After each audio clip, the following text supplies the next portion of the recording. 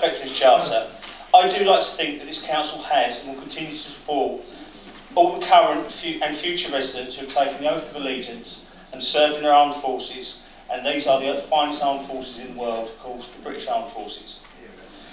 I would hope it will continue to embed putting these former and current and future servicemen and women at the forefront of the policies of its actions, and to support men and women who have and continue to make it possible for us to have free speech, to live safe in our own country, and for those abroad living in their own country. It also helps all those around the world with natural disasters, man-made disasters. They just go in and do their job, and they continue to put their lives at risk on a daily basis to make this world a much safer place. I think we have done this, and we will continue to do this. And how do I know this? We've unanimously agreed a Veterans Charter that says we will. As examples, we've expressed in our housing policy that years served in the armed forces will be shown as years on the housing list. Tonight we've agreed a council tax benefit scheme that will ignore any pension payments or enhanced payment for compensation when our forces are injured during their service. Again, we had a report tonight where a housing scheme for former offenders will help build new homes for themselves and others. Hopefully, this will help those move on and become a contributor to society. But I wonder, did we consider a similar scheme for our forces personnel, which in my opinion, too many of them will leave the forces and become homeless? Could they have benefited from a similar scheme? Can we set up groups or supply officer time to existing charities to help those former forces personnel to claim benefits, to get into work schemes, into education schemes, or better still, can we directly aim some of our recruitment to forces personnel about to leave and join civilian life?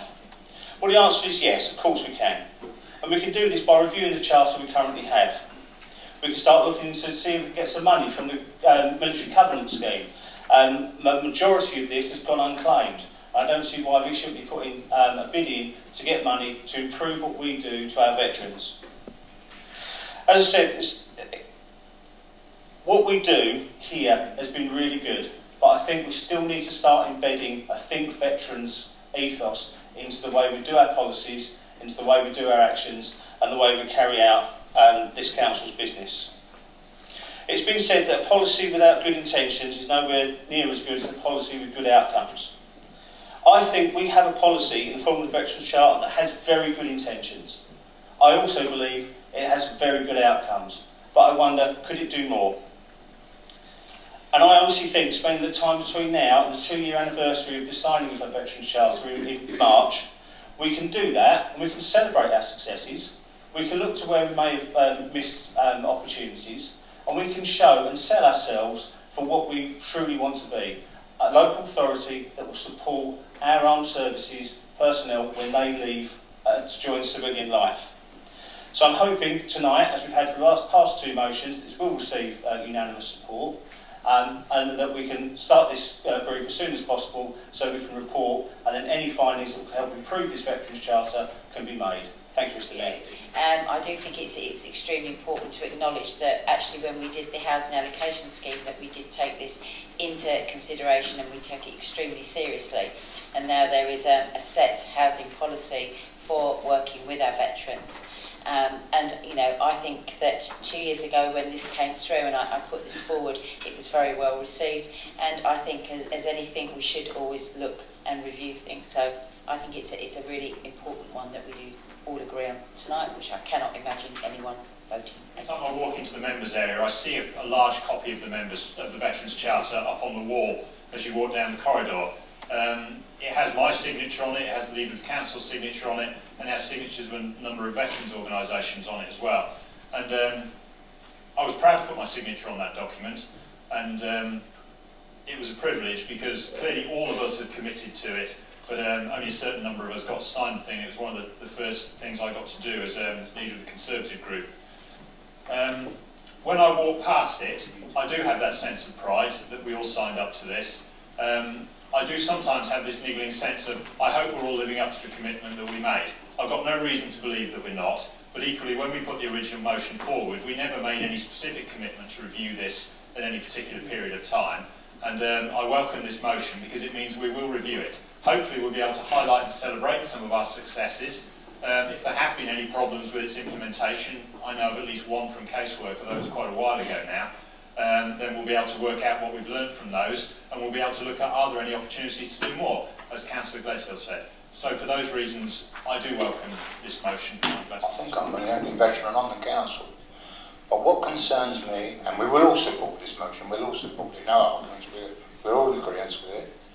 But I read in my local, my national papers, that half them kids coming over from Afghanistan in the new year will be made redundant.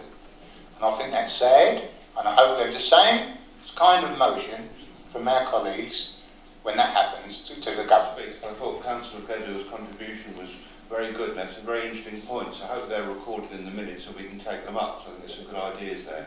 I strongly support the motion and our veterans. I'll be supporting this motion. I don't think that there's anything like this that should be put in a cupboard and forgot about. It should be regularly reviewed, you know, so making sure that we are meeting what we say that we'll be meeting. And I just wanted to point out that the veterans do come to the World War I planning group. They are very active, they have lots to tell us, they're inspiring, and we have asked them how the charter works for them, and they say that it's working very well, thank you very much. You know, that they, if they come in and any of them need any help, you know, officers are very, very helpful to them. So just to say that the veterans, you know, it's not like we're not discussing it with them, you know, so they are very happy with what we're doing so far, but absolutely, let's review it and make it even smarter. Members here tonight, especially time was Councillor Andy Smith and Councillor Worrell there. It is true, veterans speak to me as well, and they say we don't have a problem, we never really have much of a problem, but we do get that little bit of extra help now.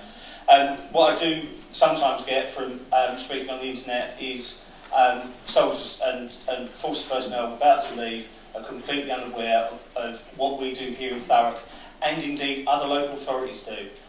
We were, as far as I can see, one of the leads to start acting in the way we did with housing to make years served as years served on the housing list, but a lot of forces personnel are completely unaware of this.